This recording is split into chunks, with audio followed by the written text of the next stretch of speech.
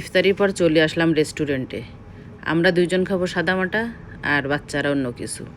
ব্যাস তার জন্য সাদা ভাত অর্ডার দিছিলাম, সঙ্গে বেগুন ভর্তা, তারপর হচ্ছে শুটকি ভর্তা, তারপর এখানে পাবদা মাছ ভুনা, এটা রেদনাবুর জন্য, তারপর এখানে সালাদ, আর রেদনের জন্য হচ্ছে আরবি দেশে বলে এটাকে ফাহমি, চিকেন পোড়া আর চাউল সঙ্গে।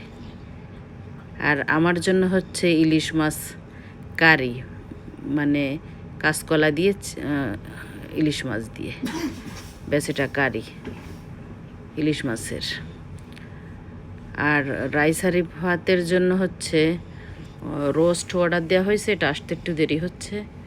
ব্যাস আসলেই আমরা শুরু করে দিব। রেদন অলরেডি শুরু করে দিয়েছে খাওয়া, আর আমরা শুরু করবো। এই যে ওদের খাবার চলে আসছে, পোলাও আর চিকেন রোস্ট।